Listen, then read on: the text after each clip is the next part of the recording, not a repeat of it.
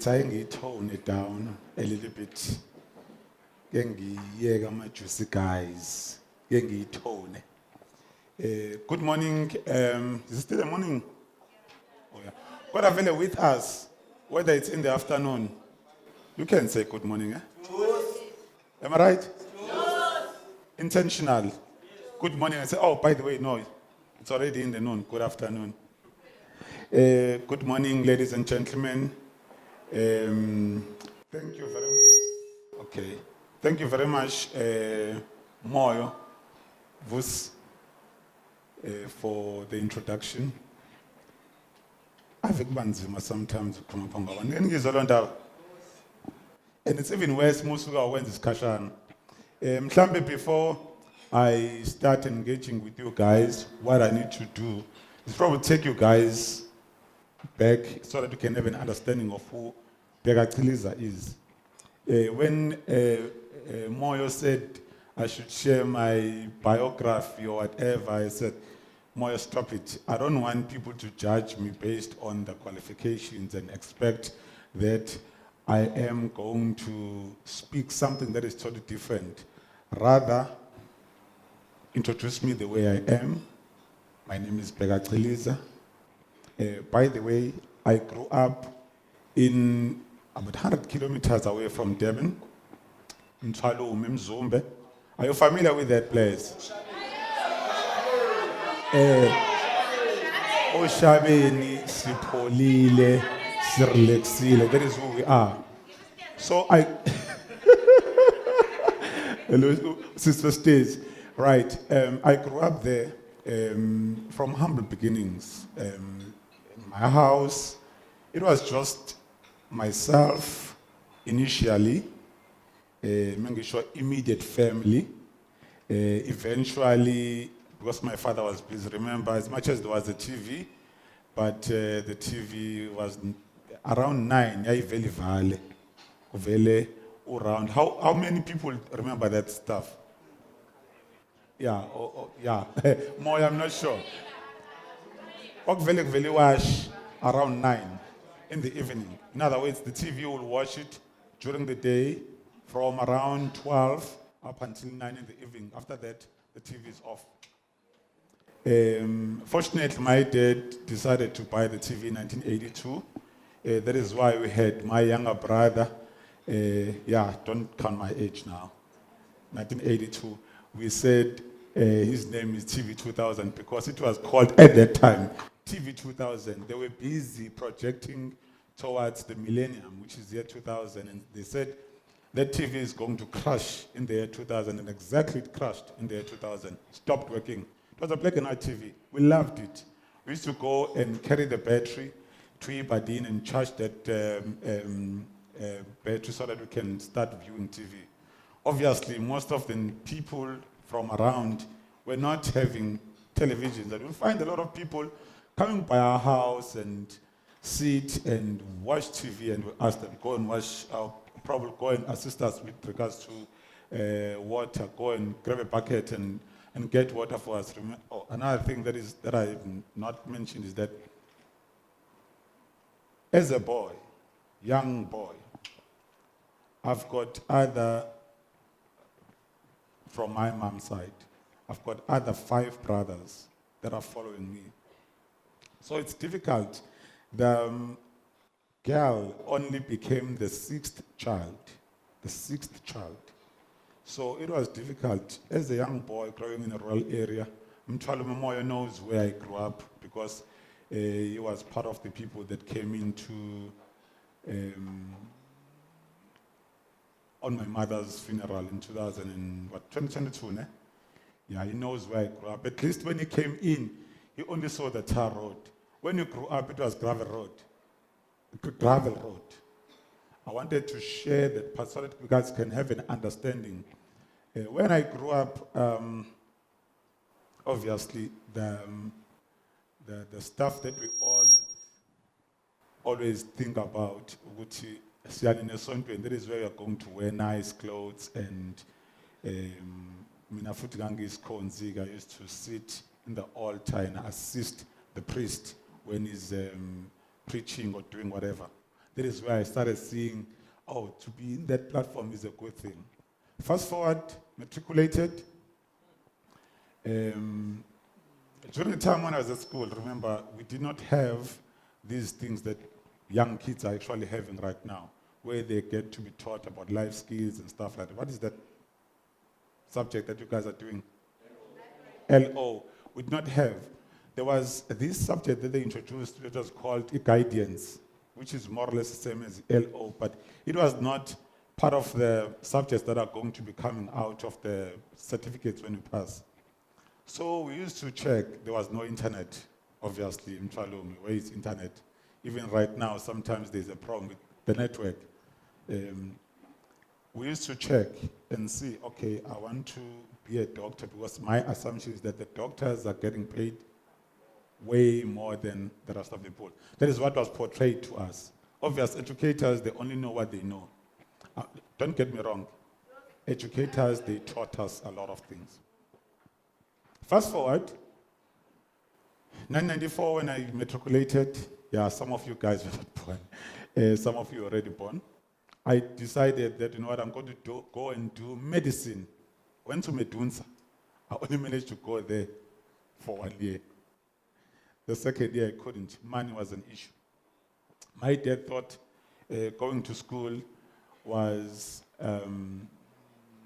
going to charge him, probably cost him probably 200 rand.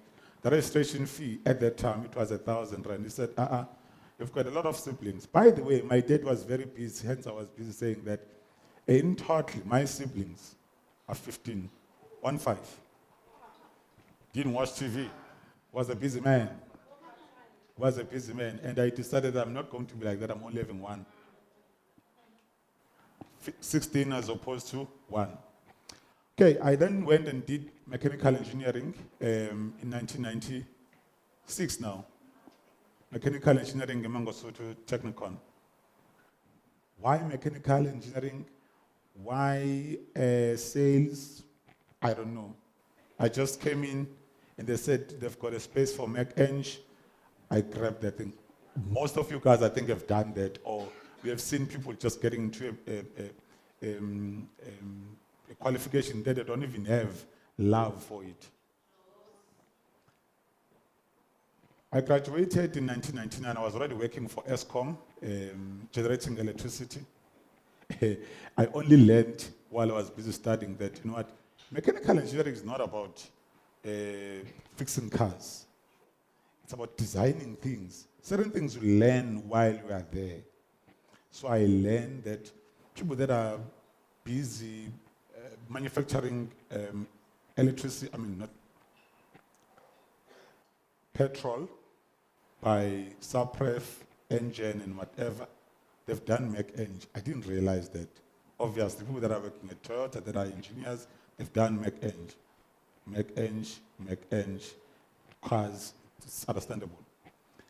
So I worked there at Eskom. I started by doing service training there. Then later I was then employed as an engineering technician. Nice, 4,500 basic. I am happy, 1999. 4.5 was a lot of money. Fast forward, I went home in June 1999, traveling from Mpumalanga province to KZN by bus. When I arrived at home, there was this gentleman that was doing AFPOP. He said, I've been told, we grew up with, he did not go to tertiary at that time. He then said, I've been told that you're working for Eskom. Remember, this thing was an issue. We're doing this. We're writing letters. It was fewer individuals that were actually having cell phones. Fortunately, because I was working for Eskom, I was already having my cell phone. I remember my Sony Ericsson yellow that flips like this. It was small as this gadget that Moyo gave me in the morning. This gentleman came in and said, I would love to go with you to where you are working. You will organize me the place to stay, and I want to go and write up people, policies. I said, no, it's fine, because I'll be doing night shift next week. We'll go together. We all went While I was busy working, at night, he was sleeping. During the day, he's busy working, he's writing us policies. Fast forward, 2 weeks later, he came back driving RSI 1999 model, brand new car. I'm like, no, no, no, no, no. There's something wrong. He wrote 134 of us. We're all new as technicians. 134. He came back driving that car. I'm like, no, no, no. I think I'm on the wrong field here. Guess what I did? I resigned. I resigned and I'm not even employed. I said, please hook me up. I want to do this thing. Went and joined AFPOP for a shorter period of time. Why a shorter period? As soon as I joined AFPOP, it was year 2000. And year 2000, there was quite a lot. Government introduced 15% and said, for all the policies that are deducting, we can only allow 15%, which is going to be the maximum. Whereas before that, you were just writing people up until, as long as the net is more than 850, you can write policies. So I was amongst the people that were giving out a lot of policies, not even checking how much, whether one can actually afford. But that was then. We wrote these policies up until government introduced whatever what they were introducing. And the system that they used, they said, last policy that was written is the first one to go out. If I had written a policy this month and others were written previous years and the client is already exceeding 15%, that policy, the last policy has to go out. It has to go through to the debit order. Oh, that was a mess in my life because a lot of policies started going out. During the time, I remember because my wife was, girlfriend then, was pregnant with my daughter. Bad father. Decided to leave full-time employment and go into sales. And all of a sudden, this is what is actually happening. I started saying, you know what, I think I took the wrong decision. Started enrolling myself, studying now, accounting. Accounting.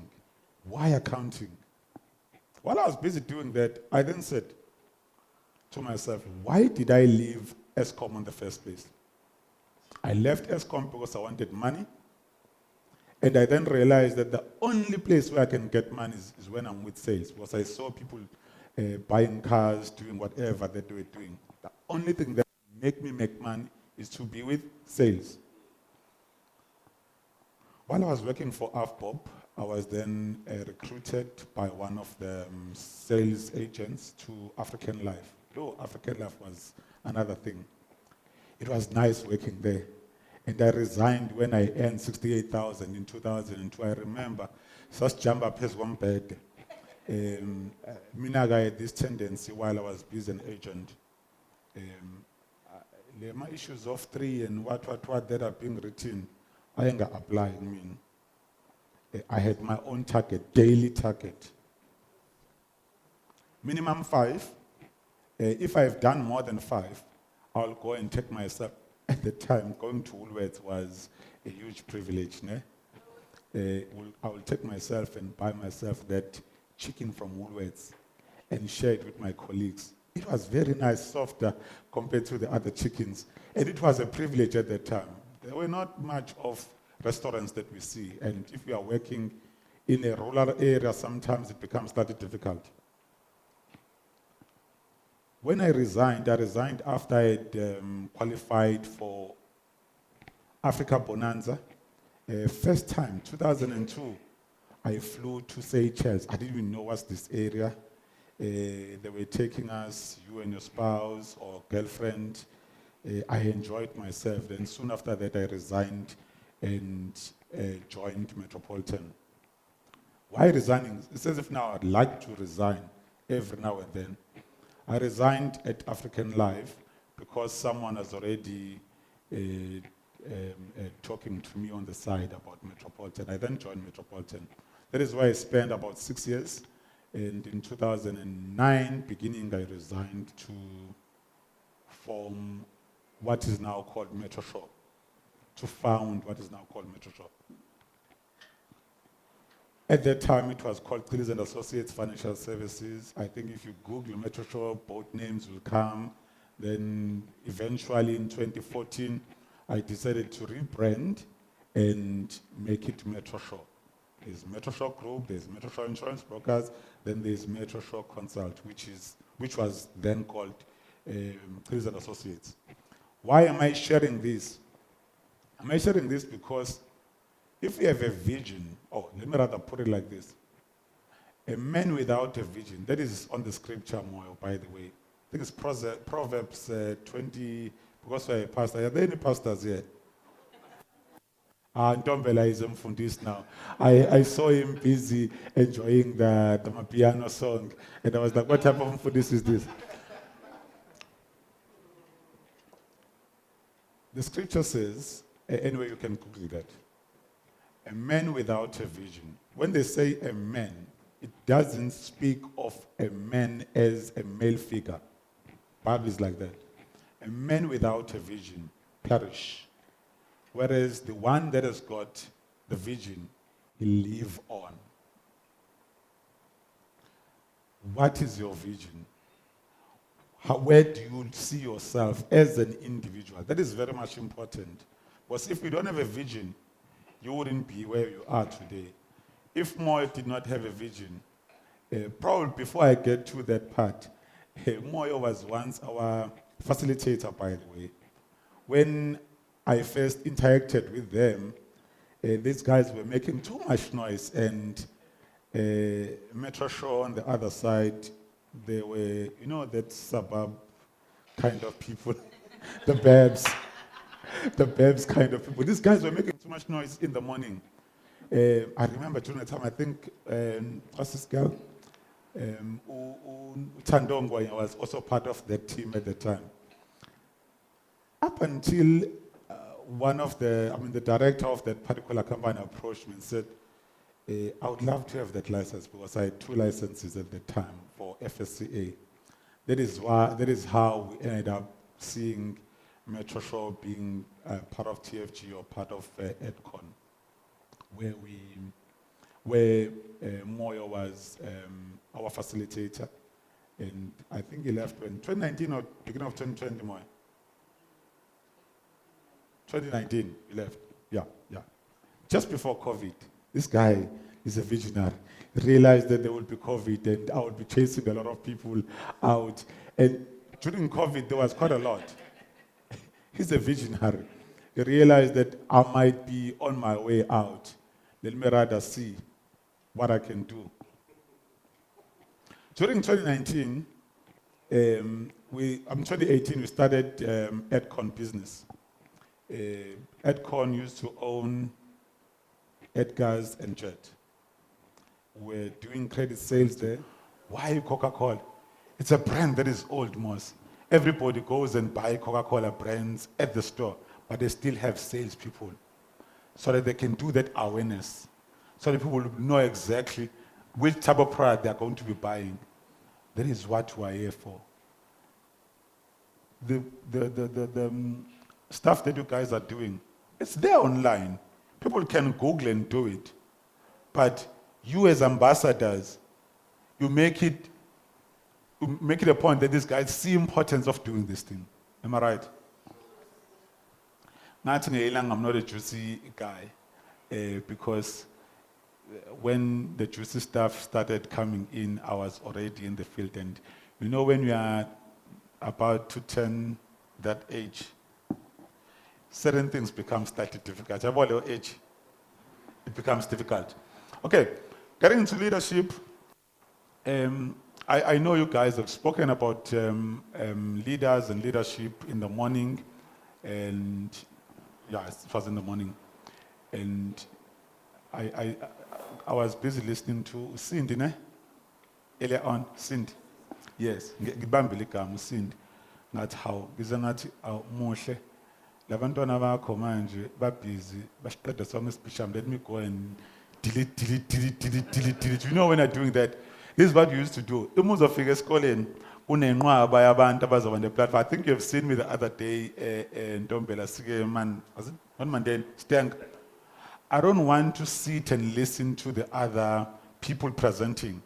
Because when they are presenting, they might steal your ideas and you start crushing and doing and taking all your ideas that you would have said. Because they've already mentioned that thing. Rather stay away and come during your own time and say, this is what. Whether they've listened to it before, it doesn't matter. That is how I've been doing things. But unfortunately, I came in early and I had to listen to you and I'm like, okay, no, let me take that one out. Because she's already mentioned. I think we all know this.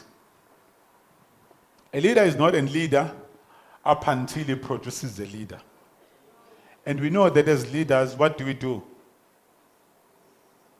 What do we do as leaders?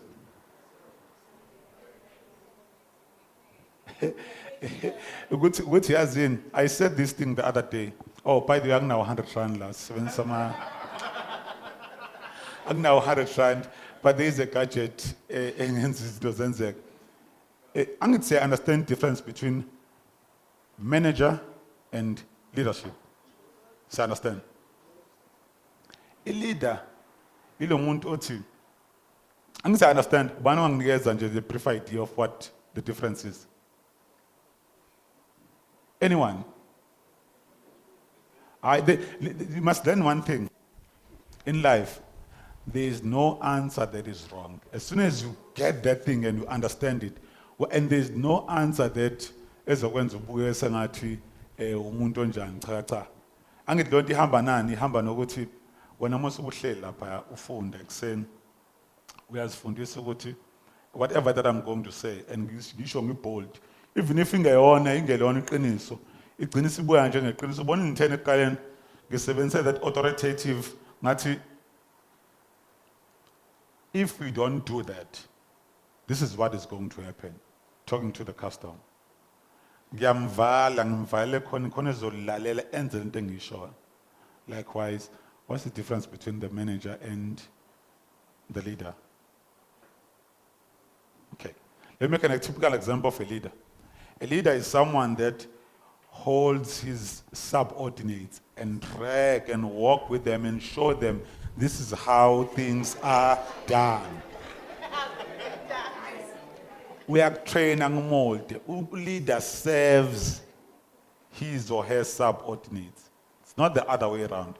Sometimes when we get to leadership, we think now that we are managers, it's in manje. Umuzothini. Ngiyazi lonto nami ngifikele. Awuzungikhulumela lento le. Uyazi le kapha nangi iformishe kanjani. Ngisho ngqondweni before ngize ngiyipronounce. Iyenzeka lonto, am I right? Ukuthi iyenzeka ngempela. Iyenzeka. Everybody has got that in his mind. Ukuthi athi listen, by the way, I'm the one who recruited you. I'm the one that understands what needs to be done. When you know nothing, it's a human nature that people react like that. But what we need to do as leaders, we need to make it a point that we serve the people that we lead, so that they will give us. Because remember, bottom line 18, Funan. If we're a leader that doesn't serve, what will happen to you? You will find that people are going to start leaving. They will leave you and forget about you. You will perish because you are a leader that doesn't have a vision. Leaders who have a vision, you should know exactly what is my bottom line. My bottom line is to make it a point that I'm making a profit. How am I going to make a profit if I'm not serving the people that are going to make me make a profit? How am I going to move from being a leader to an assistant manager or a manager? What's the correct leader? It's leader. It's leader. Then crew leader, co-leader and staff. And you're fine and it, ne? You're fine. How are you going to get to all these steps, Khuphuka, leader, if we are unable to make it a point that you serve that particular person, you hold him by his hand, you teach him how we have been doing this, because that's what we do. We teach the people that have got no idea, so that they can have an idea. That is what we do. A leader serves their subordinates, not the other way around. I mean, I'm a serving person. My assumption is that Mushle serves. We're busy laughing the other day. Ngithi mina when you go past Mushle, you wouldn't think that he founded the institution. Sorry to speak about you.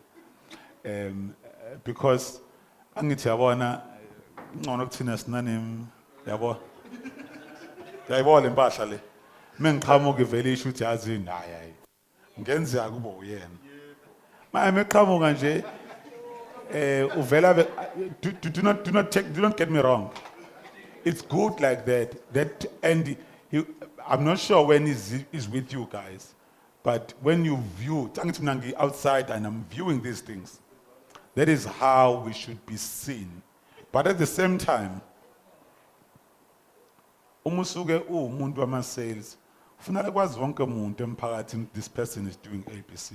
Kungabi into yakho yenza mengifike eMetropolitan Life Building ngibone la and your neighbor who doesn't know, because you can make money out of those people. They are all needing you. It's just that most of the time they wouldn't want to tell you about their problems, because most of the time you guys are dealing with problems that these people have. You're trying to assist these individuals. Hey, mese kwazi ubheka Chiliza ukuthi ngikwele to A no B no C. It wouldn't be a thing. But as a salesperson, everybody has to know, has to have an understanding of what you do, because you're only going to make money if people from surroundings know. You'll get ufuzisufona thiwa ngicela ungisizele umngani wami uthola ama-SMS. Sometimes you don't even have to work hard, you will end up working smarter because everybody knows exactly what you're doing. This stuff is stuff that you guys all know, that a leader is supposed to be a visionary person. I've already spoken about the vision. I've got my own vision. Now you have got your own vision, and the men without a vision perish. If we don't have vision, we are in the wrong field. Just go and do whatever.